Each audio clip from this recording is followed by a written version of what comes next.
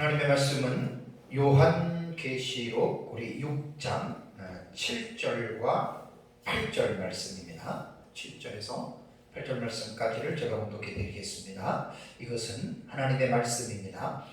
넷째 이를 떼실 때에 내가 넷째 생물의 음성을 들으니 말하되 오라 하기로, 내가 보매 청황색 말이 나오는데 그 탐자의 이름은 사망이니 음부가 그 뒤를 따르더라. 그들이 땅 4분의 1의 권세를 얻어 검과 흉년과 사망과 땅의 짐승들로서 죽이더라. 아멘.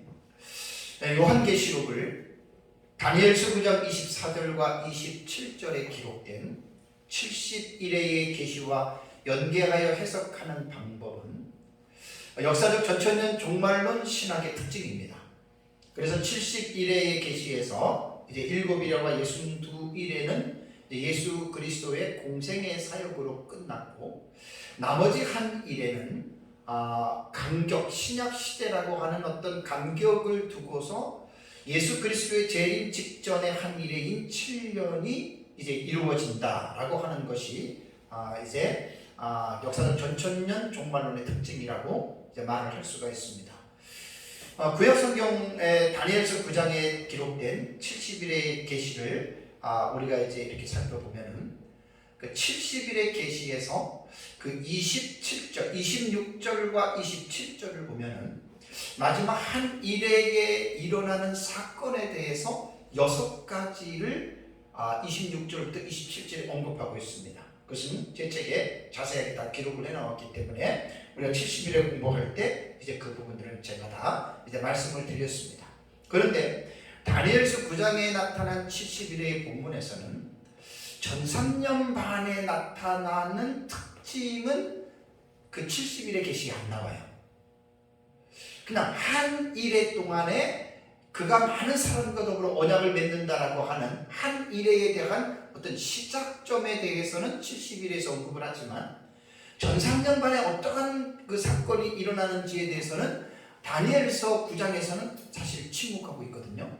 그런데 26절부터 27절까지 70일의 계시 가운데에 나머지 남은 한 일회가 5가지의 그 사실들을 70일의 계시에서 교훈하고 있다고 하는 것이 여러분 특징입니다.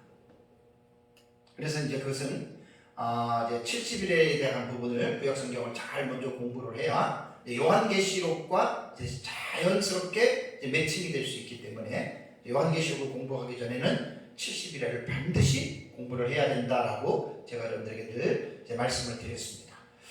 지지난주부터 제가 한일회가 시작이 됩니다. 예수님 재림 직전 한일회가 7년이라고 하는 환란의 기간이 시작이 되는데, 우리는 세대주의자들이 말하는 것처럼 7년 전체가 대환란이다, 역사적 전천년은 그렇게 믿지 않습니다. 그러나 7년이라고 하는 한 일에는 환란의 기간으로 우리는 인정을 하고, 이 환란의 기간이 프로그레시브라 그러죠. 점진적으로 한일회가 시작이 되면서 고조가 됩니다. 그러다가 후 3년 반이 시작이 되면은 환란이 크게 달라지죠. 그래서 이제 후 3년 반을 우리 역사적 전천년에서는 대환란이라고 우리는 그렇게 이제 부르고 있습니다. 이것이 이제 세대주의와 역사적 전천년의 차이점입니다. 그런데 한일회가 시작이 될 때 그러면 어떤 사건이 일어날까? 자, 우리는 신학적인 기초가 계시록 6장부터 19장의 약 44가지의 사건이 한 일회 동안에 일어나는 사건으로 우리는 그렇게 믿거든요. 그렇게 신학적인 체계를 세우고 있기 때문에 한 일회가 시작이 될 때 그러면 어떤 사건이 먼저 일어날까 궁금하게 하잖아요. 그죠? 그래서 이제 그 내용을 한 일회가 시작이 되면 약 10가지의 사건이 동시다발적으로 일어난다. 제가 2주 전에 이걸 먼저 말씀을 드렸어요. 그러니까 처음 듣는 사람들은 이게 뭔 소리인가라는 생각을 할 겁니다. 어떻게 10가지가 동시다발적으로 일어나? 그럼 그 10가지가 요한계시록 6장부터 19장에 한일회의 사건이 44가지가 이제 있다고 했는데, 도대체 그 사건은 어떻게 된 거야? 여기서부터 이제 설명을 안 들으면 이제 듣는 사람들이 이해하는데 상당한 어려움을 겪게 됩니다. 그래서 이제 제가 한눈에 보는 요한계시록 도표를 이제 종합적으로 정리를 했고, 우리 스승으로부터 배운 것을 제가 정리를 했고, 거기에서 이제 연대기적으로 저 사건이 쭉 이루어지는 거예요. 그래서 이제 도표의 제목이 한눈에 보는 요한계시록입니다. 그러니까 우리가 요한계시록이라고 하는 이 어려운 난해한 책을 한눈에 하나의 도표로 볼 수 있다라고 하는 것은 참 대단히 우리 공부하는 사람들에게는 상당히 좋은 일이 아닐 수 없죠. 그래서 이제 저기에 보면 10가지의 사건을 제가 적그리스도가 한일의 평화 조약을 맺는다, 이거 설교했고요. 다음에 이제 첫째인 흰말이 두 중이다, 이것도 설교를 했고요. 그리고 지난주 오전 예배 때에 셋째인도 검은 말인데 그것은 기근의 시작이다. 요 세 가지를 제가 이제 지난주와 지난주에 걸쳐서 여러분들에게 이제 설교를 했습니다. 그러고 나서 이제 네 번째는 오늘 오전에 설교할 넷째인 청황색 말이거든요. 이것도 이제 적그리스도의 등장이고, 다음에 오후에 설교할 이제 다섯 번째로 나타나는 이제 그 사건은 일곱째 일입니다. 이것도 이제 오후에 제가 설교를 할 거고, 여섯 번째는 첫째 나팔, 일곱 번째는 둘째 나팔, 그 다음에 여덟 번째는 셋째 나팔, 그 다음에 아홉 번째는 넷째 나팔이 다 이것이 동시다발적으로 일어나는 거예요. 그 다음에 이제 열 번째는 뭐라 그랬습니까? 거짓 선지자가 등장을 한다. 그래서 이제 이것을 처음 듣는 사람들은 무슨 참 희한하다, 이거 좀 이해하기가 쉽지 않아요. 무슨 뭐 10가지의 사건이니까 마치 10가지가 뭐 어떻게 이게 동시에 이것이 일어날 수 있겠는가라고 하는 의구심을 가질 수가 있는데, 이제 이 부분에 대해서 조금 내가 도움이 될 수 있는 말씀을 제가 먼저 제가 좀 드리려고 합니다. 자, 우선 10가지의 사건이 동시다발적으로 일어나는데, 이것이 이제 요한계시록 6장부터 기록이 되어 있거든요. 근데 이제 이것이 꼭 10가지라고 하는 순서에 관심을 갖지 마시기 바랍니다. 왜냐하면 거기에 나타나는 해석들을 보면 이제 반복되는 이 사건들이 있어요. 그죠? 적그리스도나 그 다음에 그 두증인들 같은 뭐 이런 것들은 그 사건 속에서 이제 그 반복이 되잖아요. 적그리스도는. 그죠? 적그리스도는 이제 반복이 되기 때문에 이제 이러한 부분에서 우리가 이제 그 내용상으로 여러분들에게 말씀을 드리면 충분히 좀 이해할 수가 있는데, 제가 벌써 간략하게 좀 이번에 좀 서론 시간에 말씀을 드리겠습니다. 자, 우리가 살아가고 있는 세상은 어떤 세상입니까? 눈에 보이지 아니하는 선한 세력과 악한 세력에 공존하고 있어요. 그래서 이 선악의 세력은 함께 다툽니다. 격돌합니다. 그래서 이제 선한 세력은 하나님의 세력이고 악한 세력은 사탄의 세력이라고 하는 거예요. 그러면 오해하지 말아야 될 것이, 하나님과 사탄이 싸운다 그래서 무슨 뭐 하나님이 사탄에게 뭐 이길 수 있는 능력이 없고, 혹은 사탄이 무슨 하나님을 이길 수 있다, 그런 것은 아니에요.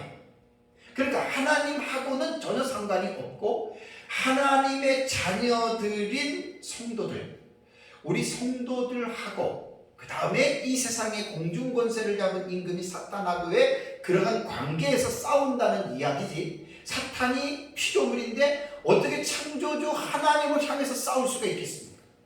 그런 뜻은 아니에요. 그런 오해를 하지 않으셔야 됩니다.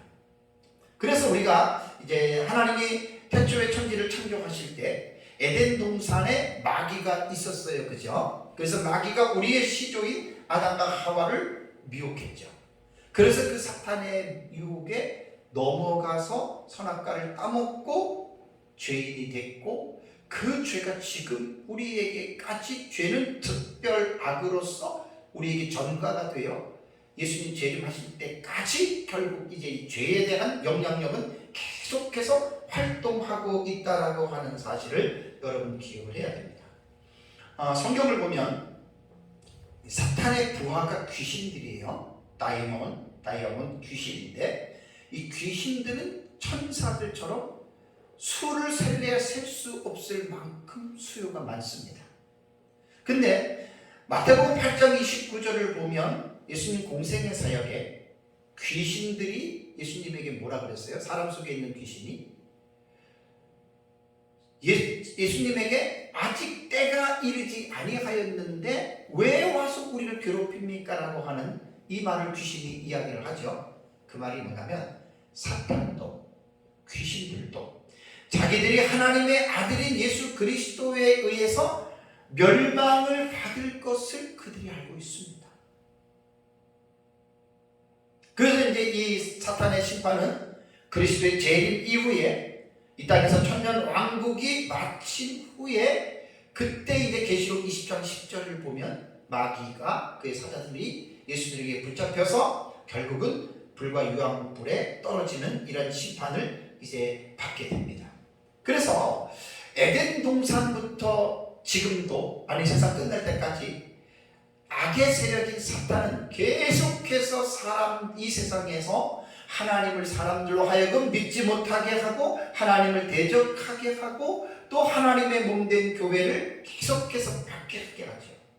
이것이 이제 이 세상의 역사를 선과 악의 투쟁사라고 여러분 이렇게 말할 수가 있습니다. 지금도 계속해서 이 선악의 투쟁은 계속해서 이루어지고 있고요. 그리고 이제 인류 종말이 이르기 전에 한 이래가 시작될 때 이 내용들이 아주 뚜렷하게 나타납니다. 그것이 이제 요한계시록에 기록된 계시의 내용입니다. 크게 이제 제가 세 가지로 말씀을 드리면, 그러면 예수님 재림 직전 한 일의 기간 동안에 선한 편에서 곧 하나님 편에서 시작되는 일이 있습니다. 그것이 이제 제가 지난주에 흰말, 첫째 인을 뗄 때의 흰말과 그 흰말을 탄 기사에 관한 그 설교에서 그 흰말에 대한 그 계시는 두 증인의 계시라고 했습니다. 그러니까 하나님께서 장차 될 일들에 대한 계시를 하나님이 보여주는데 가장 첫 번째로 하나님께서 사건을 교훈하는 계시하시는데, 거기에서 하나님 편에서는 결국은 이 세상이 악한 세력이 심판을 받는 거거든요. 불신한 불신자들 다 심판을 받고, 근데 하나님은 그런 불신자들보다도 하나님 편에서 또 하나님의 교회에 관한 그 계시가 먼저 중요하기 때문에 첫째 인을 우리는 적그리스도로 해석하지 아니하고 두 증인으로 제가 해석을 한다라고 이런 말씀을 드렸습니다. 그러니까 이제 하나님 편에서 시작되는 일은 성경을 보면 예수님 재림 직전에 노아의 때와 롯의 때와 같다라고 말씀을 했습니다. 그 당시에 사회의 문화적인 삶의 특징을 말을 한다면 인간의 육체적인 말초 신경을 따라서 먹고 마시고 즐기고 타락과 쾌락의 삶을 살아가는 것이 노아 시대와 롯의 시대의 특징입니다. 그래서 노아 시대에는 인류를 멸망시켰고 롯의 시대에는 소돔과 고모라를 멸망시킨 거예요. 결국 이 세상의 마지막 세상이 예수 재림을 통해서 심판을 받고 멸망하는 것도 똑같은 거거든요. 그러니까 이제 예수님께서 이 세상을 심판하기 위해서 재림을 하시는데, 그 심판 직전에 생명책에 기록된 하나님의 자녀들이 있잖아요. 그들을 하나님 깨우신다는 말이에요. 열처녀 비유에서 보면은 슬기로운 처녀와 미련한 처녀가 다 신랑을 맞이하려고 준비했는데 그들의 상태를 어떻게 묘사했습니까? 다 함께 졸며 잘세라고 말을 했죠. 그러니까 마태복음 25장에서 열처녀 비유는 신랑은 예수 그리스도고 또 예수 그리스도를 신랑을 맞이하러 가는 열처녀는 성도들을 말하는 거예요. 거기에 불신자가 들어갈 리가 없어요. 그래서 성도들 중에 지혜로운 성도들이 있고 미련한 성도들이 마지막 때에는 공존할 것이라고 하는 것이 열처녀 비유에서 우리가 이제 들을 수가 있습니다. 그래서 열처녀 비유에서 10명의 처녀가 다 함께 졸며 잘세 신랑이 왔잖아요. 그때 그 무리 가운데에 졸지 않고 잠을 자지 아니하는 사람이 있었죠. 그들이 바로 보라 신랑 이로다 일어나 맞으라라고 소리를 지르는 종들입니다. 그래서 그 종들이 마지막 시대에 하나님께서 사용하시는 사명자들이다. 이것이 요한계시록 11장에 나타나는 두 증인에 관한 계시입니다. 그리고 또 하나는 이것은 하나님 편에서 이제 일어나는 이제 하나의 시나리오고, 또 하나는 악한 세력, 마귀 편에서, 사탄 편에서 시작되는 일들이 있습니다. 그것이 이제 요한계시록 13장을 보면은 용이 자기의 권세와 능력과 보좌를 바다에서 올라오는 짐승에게 준다고 얘기를 했죠. 용이 주는 거, 이게 사탄이 주는 건데, 그 바다에서 올라오는 짐승은 누구라고 했죠? 그게 바로 적 그리스도입니다. 정치적인 지도자입니다. 단수 한 명입니다. 그에게 사탄이 엄청난 능력을 그에게 주고, 계시록 13장 6절인가를 보면은 42달 동안 일할 권세를 받는다. 3년 만에. 그래서 이제 대환란이 적 그리스도에 의해서 그 환란이 여러분 일어나는 겁니다. 그리고 나서 계시록 13장 9절에 보면, 11절에 보면 누가 나와요? 땅에서 올라오는 짐승, 그 자가 바로 거짓 선지자. 그리고 계시록 17장에 보면은 음녀가 나오잖아요. 포로네 음녀. 이 음녀는 타락한 종교의 무리로서 마지막 시대에 전 종교를 하나로 통합하는 그 통합의 괴수가 음녀의 업이거든요.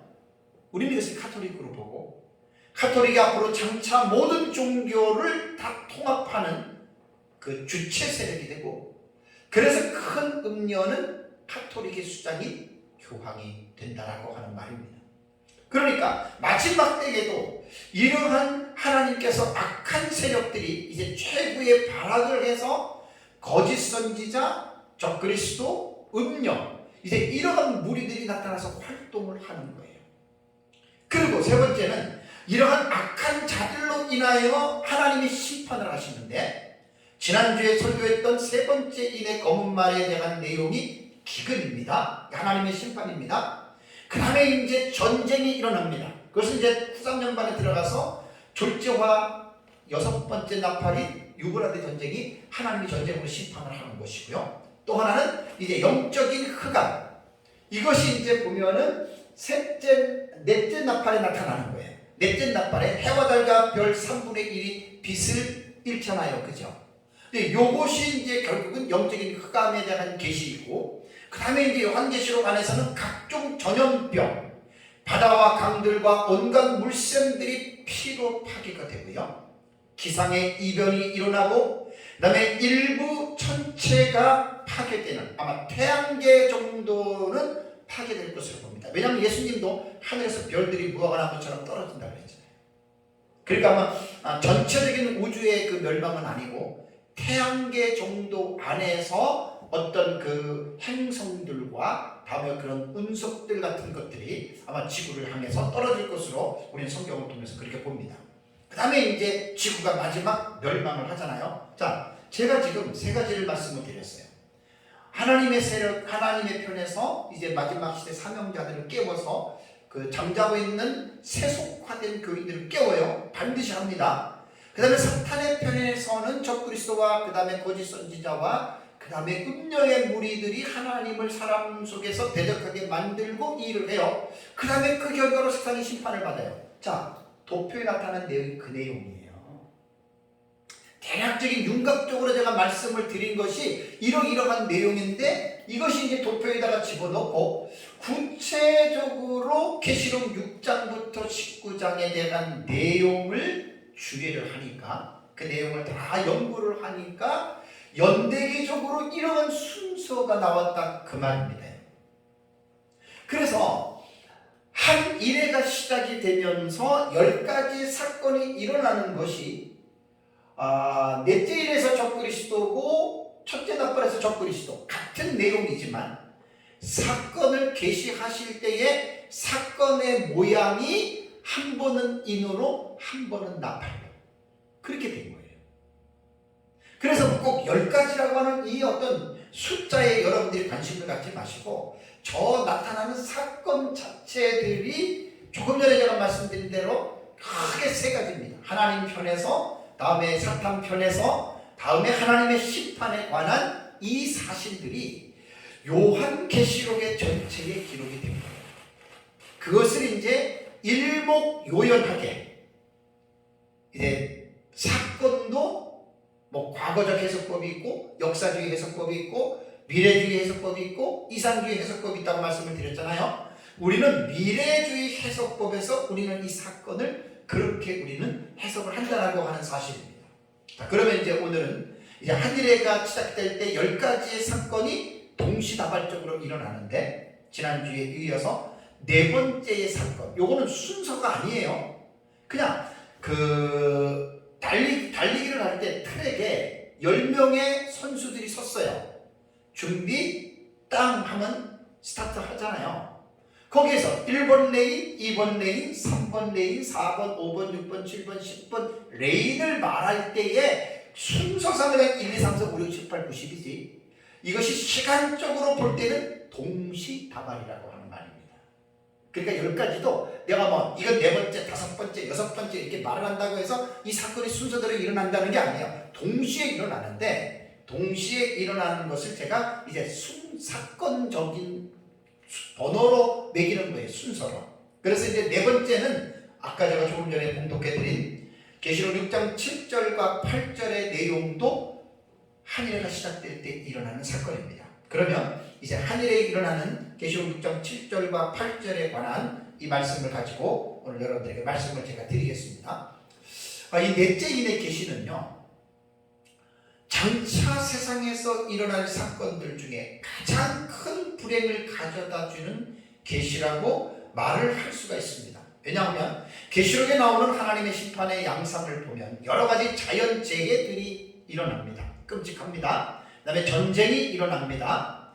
그 다음에 하나님의 자녀들이 교회의 성도들이 박해를 당하고 많은 사람들이 죽게 됩니다. 계시록에 나오는 내용이에요. 그리고 이제 지구가 멸망이라고 하는 이러한 대재앙들이 요한계시록에는 사실 많이 나와요.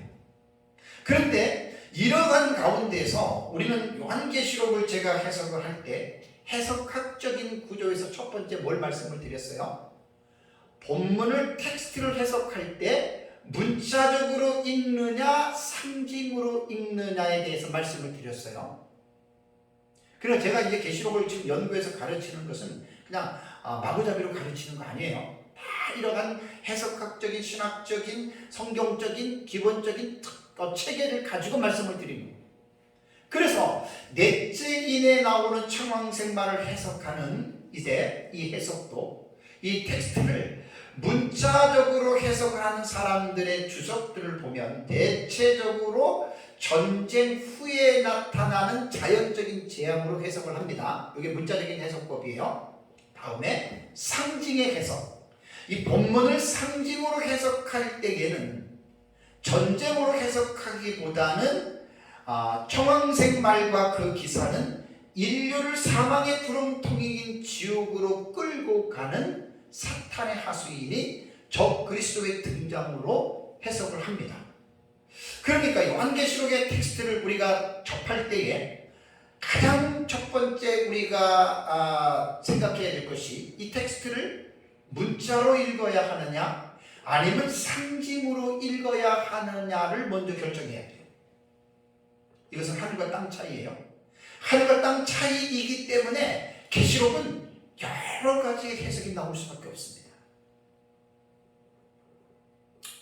그래서 이제 넷째 인의 청황생말에 대한 이 해석은 조금 전에 말씀드린 대로 마지막 때에 나타나는 여러 가지의 하나님의 심판 가운데에 가장 아마 인류에게 해를 끼치는 이 사람이 바로 적 그리스도라고 제가 결론을 말씀드리고 이제 본문에 대해서 주의를 하겠습니다. 자, 우선 6절을 보시면 넷째 인을 떼실 때에 내가 넷째 생물의 음성을 들으니 요 묘사는 첫째, 둘째, 셋째, 넷째 인에 해당이 됩니다. 왜냐하면 하나님 보좌 앞에 네 생물이 있었어요. 그러니까 첫째 인, 둘째, 셋째, 넷째 인을 뗄 때 그 네 생물도 하나가 오라라고 하는 에르쿠라고 하는 명령을 합니다. 그 명령 이후에 나타나는 현상들이 있어요.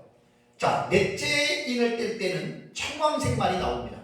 첫째는 흰말, 둘째는 붉은말, 셋째는 검은말, 넷째는 청황색말이 나옵니다. 자, 그렇다면 그 다음에 청황색말에 탄 자가 있는데 그의 이름이 사망이다. 특이하죠? 그리고 음부가 그 뒤를 따르더라라고 7절에 말을 했습니다. 자, 하나하나 제가 주의를 하겠습니다. 청황색이라고 하는 이 크로로스라고 하는 이 단어는 누른 빛이라 그래요. 이 단어는 클로에라고 하는 이 단어에서 유래가 됐는데, 이 클로에는 초록, 식물들의 푸른 혹은 누르스름한 누른빛도 이것이 해당이 됩니다. 이 단어가. 그래서 이제 누른빛이라고 말을 할 때에는 건강한 사람과 대조되는 병든 색깔. 그래서 이제 이 황달 같은 경우가 누른빛이잖아요, 그죠? 그다음에 이제 간이 나쁜 사람들은 검은색을 띠고. 그러니까 이게 이 클로로스라고 하는 이 청황색 말이라고 하는 이 색깔에 담겨 있는 의미는 이제 이렇게 누른빛이나 혹은 청황색으로 이제 이렇게 상징이 되는, 이게 묵시 문학적인 장르로 볼 때의 색깔에 대한 또 우리가 공부를 해야 됩니다. 대체적으로 이것은 긍정적인 면보다는 부정적인 면을 함의하고 있다고 생각하면 됩니다. 흰색하고는 좀 색깔별로 다르잖아요, 그죠? 그러니까 붉은색, 검은색, 청황색은 부정적인 의미가 담겨 있고 흰색은 긍정적인 의미가 담겨 있어요. 그러면 청황색 말을 탄 사람의 이름을 한번 우리가 생각을 해봐야 됩니다. 자, 이름이 뭐라 그랬습니까? 사망이라 그랬습니다. 이 사망이라고 하는 이 헬라어 단어는 다나토스, 말 그대로 영어로는 데드예요. 죽음이에요. 이상하지 않습니까? 말 탄 자의 이름이 죽음이다. 그래서 고전 헬라어의 문헌의 용법을 보면 이것이 이제 다나토스는 데네스코, 죽다에서 유래가 됐는데 죽는 것 이렇게 말하는 거예요. 죽음은 뭐죠? 생명을 뭐라는 거예요? 살아있는 사람들에게 있어서의 죽음이란 생명을 멸하게 되는 거예요. 이 사망은요, 요한계시록에서 4번 나오는데 1장 18절, 6장 8절, 20장 13절, 20장 14절에 나오는데 이 사망은 다 의인화로 사용이 되었습니다. 의인화로. 이 사망이라고 하는 요한계시록에서 나온 4번의 이 사망이라고 하는 의인화된 것은요, 음부와 결부가 됩니다. 그러니까 이 다나투스라고 하는 단어가 신약성경에 많이 나오는데 그것이 이제 책별로 사용하는 용례가 달라요.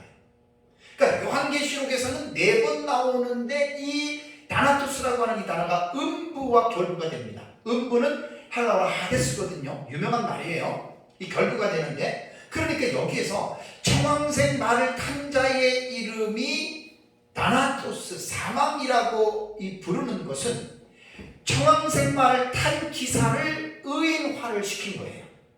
의인화를 시켜서 결국 이 청황색 말을 탄 기사가 사람을 죽음에 이르게 하는, 생명을 멸하게 하는 것과 연관성이 있다라고 하는 것을 이 단어에서 여러분 우리에게 의미하고 있는 거죠.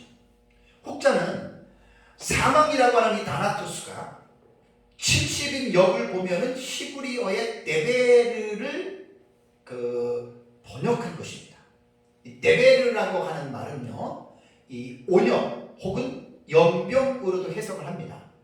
그러니까 어떤 학자들은 여기에서 이 넷째 일이 개봉이 되면서 등장하는 이 기사가 사망으로 부르는데, 이 사망으로 부르는 것을 어떤 전염병과 연계를 시켜가지고 그렇게 해석을 합니다. 그런데 잘 보시면 8절을 보세요. 8절을 보시면 사망인이라고 말을 했고 그 다음에 나오는 말에 유의해야 됩니다. 자, 무엇이 그 뒤를 따르죠? 음부가 그 뒤를 따릅니다. 그러니까 사망의 뒤를 따르는 세력이 있어요. 그러니까 단순한 죽음으로 이 본문을 해석을 해야 되느냐, 아니면은 다른 어떤 의미가 있느냐. 그러니까 문장은 전체 한 문장을 다 봐야 돼요. 그러니까 8절을 보면은 여기에서 사망이라고 분명히 기사의 이름을 말을 했지만 그 뒤에 따라오는 그 의미가 뭐냐면 음부가 그 뒤를 따르더라라고 이렇게 말을 했습니다. 그러니까 사망을 따르는 세력이 있다라는 말이에요. 그러니까 여기서 다나토스라고 하는 것을 단순한 죽음이냐, 이것이 아까 말씀드린 대로 문자로 읽어야 하느냐 상징으로 읽어야 하느냐에 대한 이 부분을 우리는 명심을 해야 된다는 말입니다. 자, 음부라고 하는 단어도 우리가 생각을 해야 되는데 이 헬라어로 하데스라고 하는 단어거든요. 이 단어는 보통 세 가지의 의미를 가지고 신약 성경에는 사용을 했습니다. 첫 번째는 지하 세계에 있는 신의 고유한 이름을 그냥 하데스라고 고전 헬라어에서는 사용을 했고요. 두 번째는 어두운 삶을 살아가는 어떤 지하 세계, 지옥을 음부로 말을 했습니다. 세 번째는 인간의 사후에 죽은 영혼이 거하는 장소로도 이제 보고 있어요. 꼭 이것은 지옥으로만 말을 하는 게 아니에요. 그냥 사람이 죽었어. 그럼 그 사람이 천국 갔느냐 지옥 갔느냐 이렇게 따지는 게 아니라 그냥 죽었어. 그 영혼이 죽은 곳에 갔어. 이것도 하데스로 사용했다는 거예요. 고전에 헬라어는 이렇게 세 가지로 사용을 했습니다. 제가 책을 쓸 때 우리말 성경 10개를 제가 참고를 했습니다. 그래서 중요한 부분들은 제가 들어가서 살펴보고 제 책에다가 그 사실을 제가 써놨는데 여기에서 보면은 그 음부라고 하는 이 단어를 우리말 번역된 9개의 역본을 제가 보니까 지옥으로 번역한 성경이 4곳입니다. 한글 킹 제임스 성경하고 공동 번역하고 현대인의 성경하고 새 번역 성경에는 음부가 뒤를 따른다를 지옥이 그 뒤를 따른다라고 이렇게 번역을 한 거죠. 다음에 우리가 보고 있는 말씀처럼 음부로 번역한 곳은 4개입니다. 우리말 성경, 개역 성경, 개역 개정, 바른 성경이 음부로 그대로 우리말로 번역을 했고 나머지 한 곳 쉬운 성경은 죽음의 세계로 번역을 했습니다. 그러니까 조금 전에 제가 말씀드린 대로 이 고전 헬라어 문헌 용법에서 하데스라고 하는 단어를 지옥으로 볼 것이냐 아니면 죽은 영혼들이 가 있는 곳이냐 아니면 그냥 지하에 있는 신을 부를 때 하데스라고 불렀느냐에 따라서 성경은 해석이 달라진 거예요. 우리 역사적 전체적인 입장에서 여기에서 하데스라고 번역된 음부는 저는 이제 킹제임스나 공동번역, 현대인 재번역에서 번역한 대로 이 음부라고 하는 단어도 지옥이라고 하는 의미가 있어요, 없는 게 아니라. 그러나 좀 더 리얼리티하게 이 하데스를 번역을 한다면 우리 역사적 전체적 입장에서는 지금 이것을 지옥으로 여러분 우리는 해석을 합니다. 그러니까 우리는 제가 성경을 연구하면서 항상 깨닫는 게 이거예요. 우리는 성경을 해석할 때 본문의 내용을 그렇게 해석하는 이유와 근거가 무엇인지에 대해서 설교자는 반드시 하나님 앞에 묻는 습관이 있어야 됩니다. 누가 이랬으니까 이렇더라 라고 하는 것은 위험한 방식이고 그 성경을 읽어가면서 이 성경의 내용이 이런 뜻이라면 그 해석에 대한 근거를 신학과 서기와 역사적으로 설득이 되는 해답을 찾아야 여러분 그 성경을 올바르게 해석하는 거예요. 만약에 넷째 일의 청황생만에 대한 이 해석을 지금 청황생만을 탄 자의 기사의 이름이 사망이고 그 뒤를 음부가 따른다라고 이렇게 말을 했을 때 다나토스에 대한 그 사망을 문자적으로 해석하느냐 상징으로 해석하느냐 혹은 음부를 지옥으로 보느냐 죽은 자들에 가 있는 그냥 그 상태로 보느냐 아니면 지하에 있는 신으로 보느냐에 따라서 해석이 여러 가지 해석이 나오는 거예요. 그래서 성경을 해석할 때에는 이 난해한 부분에 있어서 해석자는 일목요연하게 분명하게 어떤 기준을 정하지 않으면 특히 요한계시록 같은 경우는 코미디의 해석이 거의 다 그렇게 나옵니다. 어쩔 수가 없습니다. 그래서 우리는 지옥으로 해석을 합니다. 그러면 제가 해석하는 방식으로 말을 드린다면 말씀을 드린다면 넷째 인에 깨졌습니다. 청황색 말을 탄 기사는 죽음입니다. 그러니까 생명을 멸하는 그 세력이라는 말입니다. 그런데 그 생명을 멸하는데 그 뒤에 음부가 따라오는데 그것이 지옥으로 저는 하데스를 해석한다 그랬어요. 지옥으로 본다면 청황색 말을 탄 기사와 넷째 인에 관한 이 계시는 아까 초반부에 조금 전에 말씀을 드렸잖아요. 요한계시록에 나타난 여러 가지의 재앙들 가운데 가장 끔찍하고 무서운 재앙이 바로 이 넷째 인의 재앙이 될 것이다. 왜요? 청황색 말에 탄 기사가 지옥으로 사람들을 끌고 간다. 지금 그런 뜻이에요. 뭐 전염병에 죽고 칼에 죽고 뭐 이런 것은 단순히 인간의 육체의 생명이 죽는 것으로 끝나지만 넷째 인의 이 계시는 그게 아니에요. 인류를 지옥으로 끌고 가는 이러한 일이기 때문에 이 넷째 인의 계시가 여러분 상당히 중요한 계시가 된다는 거예요. 그래서 요한계시록에 나타난 이 적그리스도에 대한 이 지식을 우리가 요한계시록에서 공부를 해야 되는데, 적그리스도는 사탄의 화신입니다. 아까 말씀드린 대로 사탄으로부터 모든 능력과 보좌와 권세를 받은 자고, 그 다음에 인류 종말의 후사전반 42달 동안에 신성모독을 말하는 입을 받고 성도들과 싸워서 이기게 됩니다. 그 다음에 각 족속과 백성과 방언과 나라를 다스리는 권세를 받은 자고, 그 다음에 이 적그리스도는 자신을 신격화해서 이 땅에 사는 자들로부터 하나님으로 경배를 받는 자다. 그래서 마지막 때에 예수님 재림 직전에 7번째 대적으로 지구가 멸망하잖아요. 왜 하나님이 멸망시키는 줄 아세요? 생명책에 기록되지 않는 자는 모두가 다 이 적그리스도를 하나님으로 프로스퀴네오 경배합니다. 예배한다는 말입니다. 그래서 하나님이 7번째 대접으로 이 세상을 불러 심판을 하시는 거예요.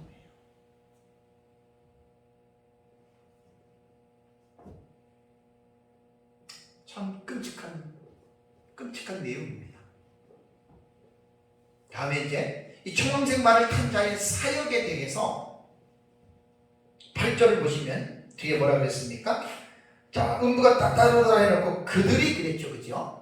이 대상이 누구냐면 그들이 땅 4분의 1의 권세를 얻어 검과 흉년과 사망과 땅의 짐승들로서 죽이더라라고 이 청황색 말을 탄 기사의 사역을 언급을 했습니다. 자, 그렇다면 여기에서 그들이라고 하는 이 그들이 누군가를 성경을 주에는 이렇게 하는 겁니다. 이 그들이 누군가에 대해서 분명하게 우리는 밝혀야 됩니다. 그러니까 본문에 나오는 그들, 아우토이스라고 하는 이 단어는 3인칭 남성 복수거든요. 헬라어로.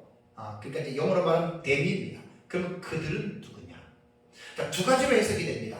복수 대명사 아우토스가 사망과 음부 말했잖아요. 탄 기사가 사망이고 음부가 따라오는데 사망과 음부를 언급해서 이 문장이 첫째, 둘째, 셋째, 네 번째 인을 종결하는 것일 수도 있고, 또 하나는 이 대명사가 모든 네 기사를 언급해서 이 문장은 요한계시록 1장 6장 1절부터 8절에 단락을 종결할 수도 있다라고 이렇게 말을 합니다. 그러니까 조금 어려운 내용이에요. 설교로는 조금 어렵지만 그래도 이제 제 책이 있기 때문에 책을 보시면 여기에서 이 아우토이스에 대한 이 부분은 두 가지의 학자들이 본문을 해석을 하는데 분명하게 이것을 알고 따라가야 됩니다. 내가 지금 첫 번째 전자인지 아니면 후자인지. 왜 그렇게 중요하냐면 전자일 경우에는 첫째, 둘째, 셋째, 넷째 인을 다 이렇게 종결한다. 그러니까 이제 이것이 6장 1절부터 8절까지가 넷째 인에 관한 이 내용이잖아요. 그죠? 그래서 이제 여기서 말하는 넷째 인에 대한 이 발탄 기수들을 전부 다 흰말, 붉은말, 검은말, 청황색 말을 다 그들로 보았다라는 말이고, 또 하나의 해석은 그게 아니라는 거예요. 네 번째 말에 해당되는 그 기사를 말을 하는 것이다. 아우토리스를 그렇게 사용했다는 거예요. 그렇다면 여러분, 이 말의 의미를 알아들은 사람은 질문을 해야 돼요. 어떻게 해요? 목사님, 분명히 그 청황색 말을 탄 기사가 적그리스도라고 이야기를 했어요. 그죠? 그러면 적그리스도는 제가 정치인으로서 한 사람 단수라고 말씀을 드렸어요. 왜 그런데 여기에서 그들을 아우토이스라고 하는 3인칭 대명사 복수로 사용을 했습니까? 이렇게 질문들을 하셔야 돼요. 그래서 주경학자들은 제가 여러 가지 주석들을 보면 성경을 해석할 때 단순히 해석을 안 합니다. 전후 문맥을 다 따져서 성경을 해석하는데, 여기서 말하는 그들이라고 하는 이 부분에서 제가 적그리스도를 한 사람의 분명히 단수 1인칭이라고 해석을 했는데, 왜 8절 뒤에서는 바로 이 그들을 복수로 해석했느냐? 그렇다면 이것이 틀리지 않느냐? 아는 사람들이 이렇게 질문을 하셔야 돼요. 여러분들이. 목사님, 질문이 있습니다.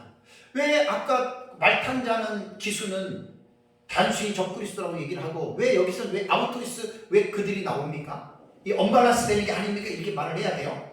그래서 제가 성경 해석은 그래서 필요한 거예요. 여기에서 아우토리스 3인칭 남성 복수는 청황색 말을 탄 기사인 적그리스도만 이야기를 하는 것이 아니라 어떻게 해요? 적그리스도의 세력들이 있다라고 하는 거예요. 엘로힘이라고 하는 히브리어의 이 명사는 하나님을 한 분이라고 말을 하지만 복수 대명사를 썼거든요. 왜요? 하나님은 한 분이지만 하나님은 삼위의 위격을 가지고 계신 분이기 때문에 엘로힘이라고 하는 복수 대명사를 쓰는 거예요. 단수라고 말을 하면서. 그러니까 여기에서 아우토이스라고 하는 3인칭 복수 대명사를 앞에 말한 단수와의 언밸런스의 개념으로 보지 말고 적그리스도의 세력으로 볼 때, 아까 말씀을 드렸잖아요. 적그리스도, 그 다음에 거짓 선지자, 그 다음에 음력, 이렇게 되는 거예요. 이렇게 성경을 해석하면 전혀 무리가 없습니다. 그러니까 이렇게 성경을 자세하게 풀어가지 않으면 문제가 될 수가 있어요. 앞에는 단수인데 왜 뒤에는 복수를 했습니까? 그래서 이제 이것을 자세하게 설명하지 못하면 사람들이 여기서 이제 그 설명을 하지 못하는 거예요. 제가 이제 성경을 이제 주의하면서 이런 부분들을 이제 세계적인 주경학자들의 주석을 통해서 제가 공부를 하고, 그리고 제가 보는 입장에서 이제 주경신학적으로 제가 지금 대변을 해드리는 거예요. 무조건 그냥 누가 그렇다라고 하니까 그렇게 말을 하는 게 아니라, 이제 성경의 주의로 볼 때 주경신학적인 입장에서는 성경을 이렇게 풀어가야 된다라고 말씀을 드립니다. 그렇다면 이제 마지막 부분에서 땅 4분의 1의 권세를 얻었다는 말이 나오잖아요. 그죠? 요거 하고, 그 다음에 검과 흉령과 사망과 땅의 짐승, 요 두 가지의 파트 해석이 되게 중요한 거예요. 그러면 땅 4분의 1의 권세를 얻었다라고 하는 말, 얻었다라고 하는 말은 물론 이제 우리말에는 수동태가 보이죠. 헬라어로 보면은 에도세라고 하는 이 디도미 수동태예요. 그렇다면 청황색 말을 탄 자가 땅 4분의 1의 권세를 받은 거죠. 그죠? 받았는데 이 권세는 누구로부터 주어졌을까? 누구로부터 주어졌을까? 되게 중요한 거예요. 요한계시록 13장에 나오는 바다에서 올라오는 짐승인 적그리스도와 땅에서 올라오는 짐승인 거짓 선지자인데, 이들이 아까 말씀드린 대로 사탄으로부터 권세를 받은 거예요. 그러니까 하나님이 권세를 주실 때에는 두 증인들에게 1260일 동안 예언하는 권세를 주셨죠. 그러니까 하나님의 권세고,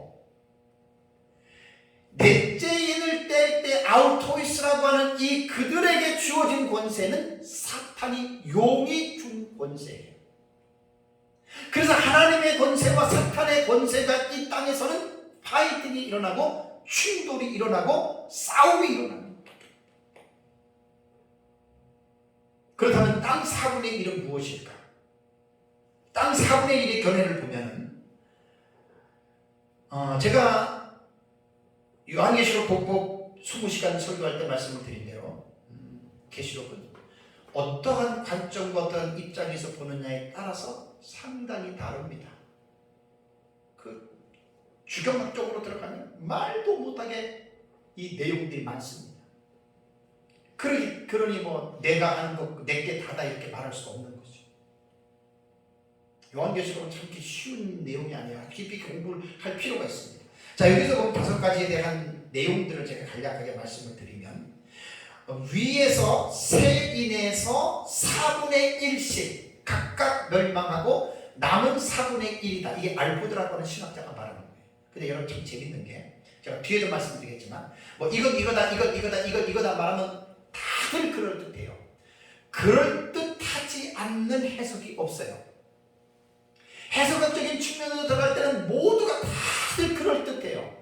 근데 요한계시록의 해석은 하나의 그럴듯한 해석이 중요한 것이 아니라 하나의 해석이, 곧 요한계시록에 약 61가지의 사건이 나오는데 그 해석들이 일목요연하게 하나의 완벽한 시나리오로, 스토리로 그것이 이루어지느냐, 그게 중요한 거지 그럴듯한 해석이 중요한 것이 절대 아닙니다.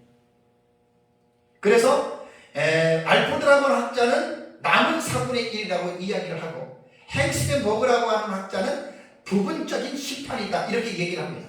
제롬이라고 하는 학자는 땅 네본투행의 환란으로 이야기를 하고, 엘리오트는 땅 위의 전면적인 환란인데 그 중에서 4분의 1 정도 이렇게 해석을 합니다.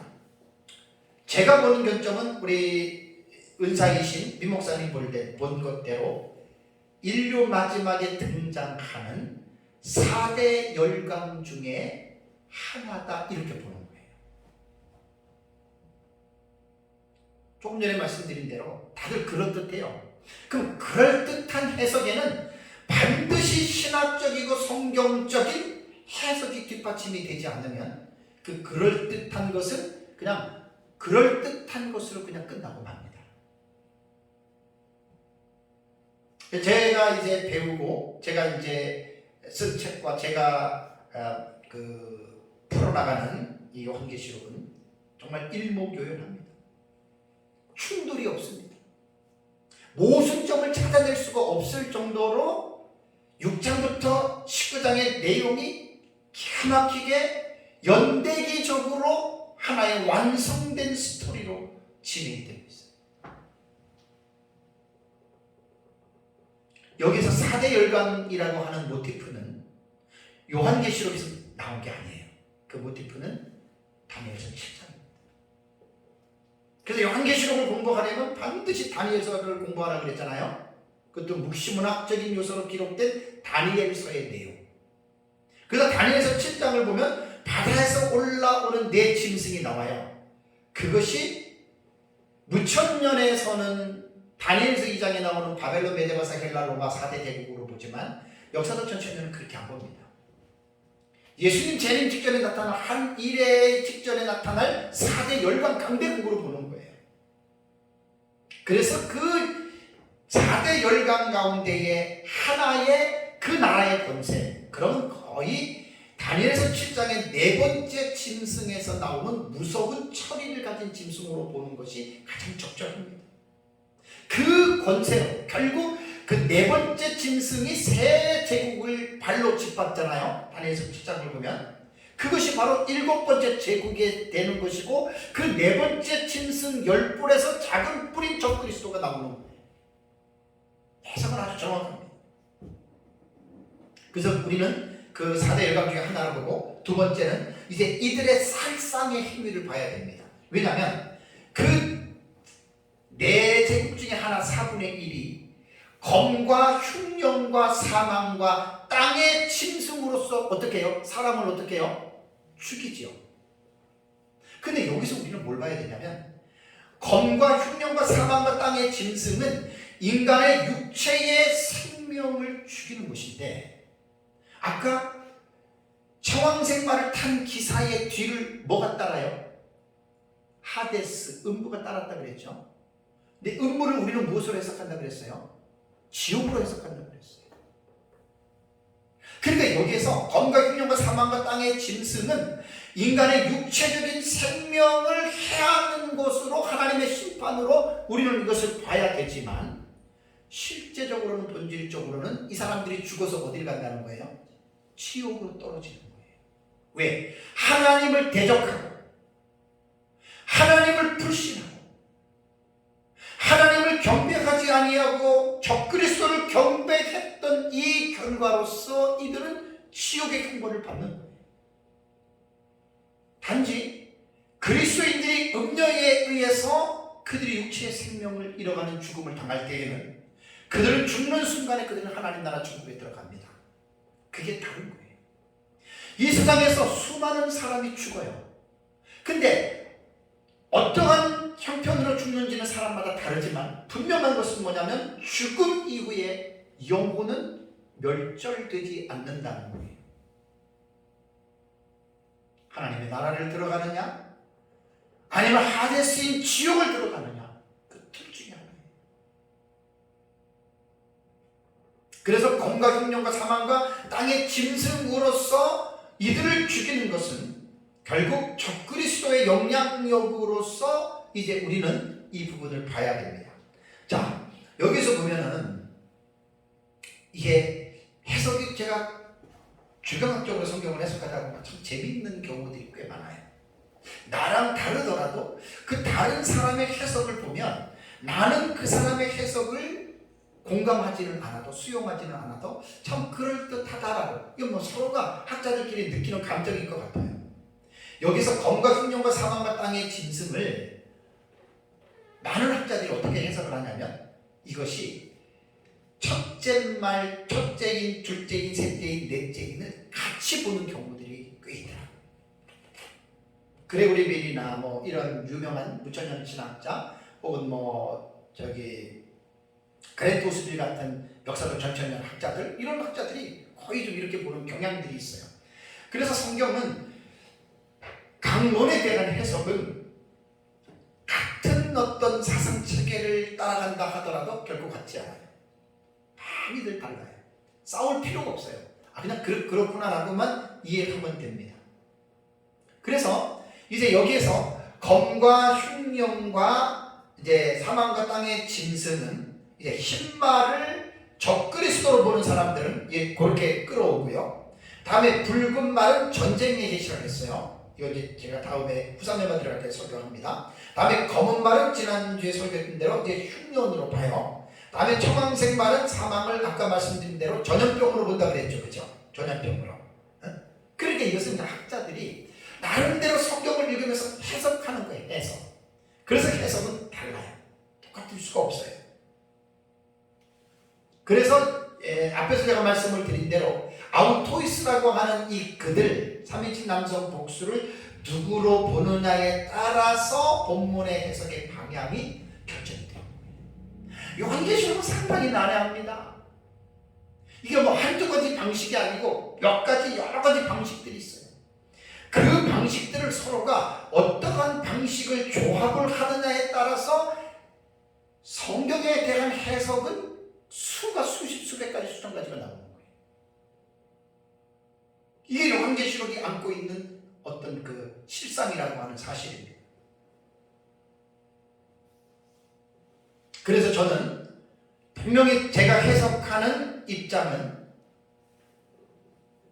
청황색말을 탄 기사를 적그리스도로 봤고, 그 다음에 바로 그 뒤에 나오는 아우토스라고 하는 그들도 바로 적그리스도의 세력으로 제가 봤기 때문에 저는 첫째인, 둘째인, 셋째인과 연계하지 않습니다. 우리는 넷째인은 말 그대로 독립적인 계시입니다. 첫째인, 둘째인, 셋째인, 넷째인 각 인들은 각각의 독립적인 사건이지, 이 사건을 갖다가 많은 학자들이 하는 것처럼 첫째인, 둘째, 셋째인, 넷째인을 연계시켜가지고 이렇게 혼합적으로 보지 않습니다.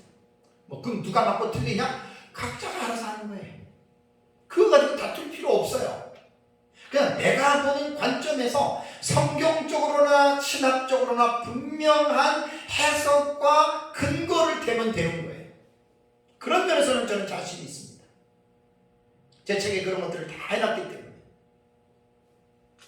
그래서 세인과 저는 연결해서 해석하는 것을 인정하지 않아요. 그 해석법은 저는 공감하지 않습니다. 그냥 넷째인 자체로서 이제 이 각 자체를 이제 독립적으로 저는 본다. 그렇다면 검으로 죽인다라고 하는 말은 뭐냐면 여러분 이제 전쟁입니다. 하나님의 심판으로 주어지는 거예요. 그 4대 열강이 다니엘서 7장에 격돌을 하잖아요. 그죠? 이것도 얘기하면 시간이 많이 가니까 넘어가겠습니다. 전쟁으로 죽이는 거고, 다음에 둘째는 흉년으로 사람을 죽인다. 그럼 흉년으로 죽인다면 적그리스도가 죽이는 게 아니에요. 적그리스도의 영향력으로 인하여 하나님이 심판을 하는 거예요. 지난주에 제가 셋째인 검은 말에 대해서 설교했잖아요. 흉년으로서 죽는 것은 왜 이 땅에 기근이 일어나지요? 그 원인은 사람들의 죄 때문입니다. 마지막 때의 인간의 가장 큰 죄악은 다른 죄가 아니라 적그리스도를 메시아로 믿는 거예요. 하나님으로 믿는 거예요. 모든 사람들이 불신자들이 다 그렇게 됩니다. 그래서 죄에 대한 심판으로 하나님이 하늘 문을 닫으시는 거예요. 그런데 그 죄의 원흉은 누구지요? 사탄이에요. 사탄이 누구를 붙잡고 지금 마지막 때 일을 해요? 적그리스도예요. 그래서 흉년으로 사람을 죽이고, 세 번째는 사망으로서 사람을 죽인다. 사망으로서 사람을 죽인다라고 하는 말, 이 후반부에 나오는 사망, 아까 그 청황색 말을 탄 자가 이름이 뭐라 그랬어요? 사망이죠. 요 뒤에 나오는 사망도 사망이죠. 헬라어로 다나토스입니다. 그런데 전반부에 나오는 사망은 주격으로 나옵니다. 주격. 단어를 이렇게 해부하면, 단어를 이렇게 살펴보면 전반부에 나오는 사망은 주격으로서 사용이 되고요. 그 뒤에 나오는 사망은 역격으로 명시되어져 있습니다. 그러니까 전반부의 사망이 주격이라고 할 때지만, 주격으로 말을 한다면 그냥 사망이지만, 후반부의 사망은 역격이기 때문에 뭐뭐에게 뭐 이렇게 해석이 되잖아요. 해석이 되기 때문에 이 후반부의 사망은 전반부의 사망이라고 불리우는 적그리스도에 의하여 죽게 되는 사망을 말하는 거예요. 그러니까 우리말로 성경으로 봤을 때는 앞에도 사망, 뒤에도 사망인데, 헬라어 원문으로 보았을 때에는 격을 봐야 돼요. 주격과 역격 달라요. 똑같은 다나토스지만. 그래서 우리는 여기에서 나오는, 후반부에 나오는 역격으로 해석되는 다나토스를 어떻게 해석을 하냐면, 여기는 다르게 해석해요. 어떻게 보냐면, 이 70인 역벌에 보면 히브리어 데베르라고 하는 단어 말씀드렸죠. 이게 역병이라고 하는 단어입니다. 온역과 연병입니다. 그러니까 이 사망이 적그리스도와 연관성을 가지고, 여기에 보면은 사망으로서 사람을 죽인다고 하는 말은 전염병이에요. 왜요?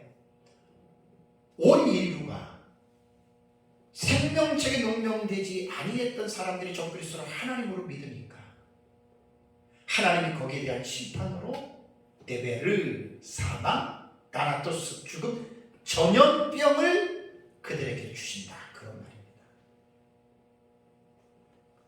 일곱 번째 대접을 가보세요. 짐승에게 경배한 자들에게는 모두가 다 어떻게 종기가 생기죠? 팬데믹이에요. 팬데믹. 전염병. 지금에 일어나는 팬데믹은 코비드19입니다. 코로나 바이러스입니다.